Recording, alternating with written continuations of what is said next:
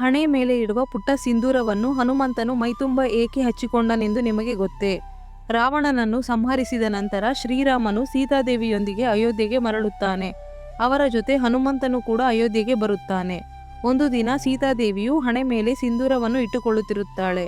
ಇದನ್ನು ನೋಡಿದ ಹನುಮಂತನಿಗೆ ಕುತೂಹಲ ಉಂಟಾಗುತ್ತದೆ. ಕೂಡಲೇ ಸೀತೆಯ ಬಳಿ ಬಂದು, ಅಮ್ಮ, ನಾನೊಂದು ಪ್ರಶ್ನೆ ಕೇಳುತ್ತೇನೆ, ದಯವಿಟ್ಟು ಬೇಸರ ಮಾಡಿಕೊಳ್ಳದೆ ಉತ್ತರ ನೀಡಿ.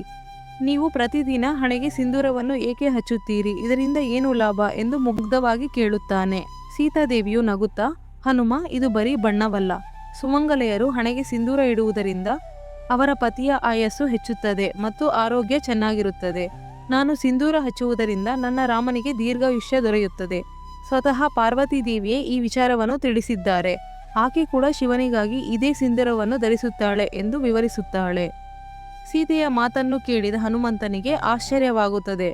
ಓಹೋ, ಈ ಸಿಂಧೂರದಲ್ಲಿ ಇಷ್ಟೊಂದು ಮಹಿಮೆ ಇದೆಯೇ ಎಂದು ಆಲೋಚಿಸುತ್ತಾನೆ.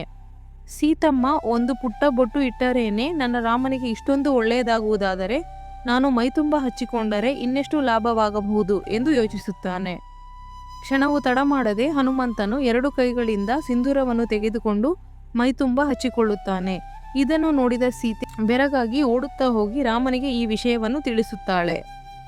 ಸ್ವಲ್ಪ ಸಮಯದ ನಂತರ ಮೈತುಂಬ ಸಿಂಧೂರವನ್ನು ಹಚ್ಚಿಕೊಂಡು ನಗುನಗುತ್ತಾ ಹನುಮಂತನು ರಾಮನ ಬಳಿ ಬರುತ್ತಾನೆ. ಹನುಮಂತನ ಅತೀವ ಪ್ರೇಮವನ್ನು ಕಂಡ ರಾಮನು ಭಾವುಕನಾಗುತ್ತಾನೆ. ರಾಮನು ಮುಗುಳ್ನಗುತ್ತಾ, ಹನುಮ, ಹೀಗೇಕೆ ಮಾಡಿದೆ ಎಂದು ಕೇಳುತ್ತಾನೆ. ಹನುಮಂತನು ಮುಗ್ಧವಾಗಿ ಹೀಗೆ ಹೇಳುತ್ತಾನೆ, ಎಲ್ಲವೂ ನಿಮಗಾಗಿ ಸ್ವಾಮಿ. ಸೀತಮ್ಮ ಸಣ್ಣ ಬೊಟ್ಟು ಇಟ್ಟರೇನೆ ನಿಮಗೆ ಇಷ್ಟು ಹಿತವಾಗುವುದಾದರೆ ಇನ್ನು ನಾನು ಮೈತುಂಬ ಸಿಂಧೂರ ಹಚ್ಚಿಕೊಂಡ ಮೇಲೆ ನೀವು ಯುಗಯುಗಾಂತರಗಳ ಕಾಲ ಆರೋಗ್ಯವಾಗಿ ದೀರ್ಘಾಯುಷಿಯಾಗಿ ಇರುತ್ತೀರಿ. ಈ ಮಾತುಗಳನ್ನು ಕೇಳಿ ರಾಮನು ಹನುಮಂತನನ್ನು ಪ್ರೀತಿಯಿಂದ ಅಪ್ಪಿಕೊಳ್ಳುತ್ತಾನೆ. ಅದಕ್ಕಾಗಿಯೇ ಇಂದಿಗೂ ನಾವು ಸಿಂಧೂರದಿಂದ ಅಲಂಕೃತವಾದ ಹನುಮಂತನ ವಿಗ್ರಹವನ್ನು ಭಕ್ತಿಯಿಂದ ಪೂಜಿಸುತ್ತೇವೆ. ಹನುಮಂತನೆಂದರೆ ನಿಮಗೂ ಇಷ್ಟವಾದರೆ ಕಮೆಂಟ್ನಲ್ಲಿ ಜೈ ಬಜರಂಗಬಲಿ ಎಂದು ಬರೆಯಿರಿ. ಧನ್ಯವಾದಗಳು.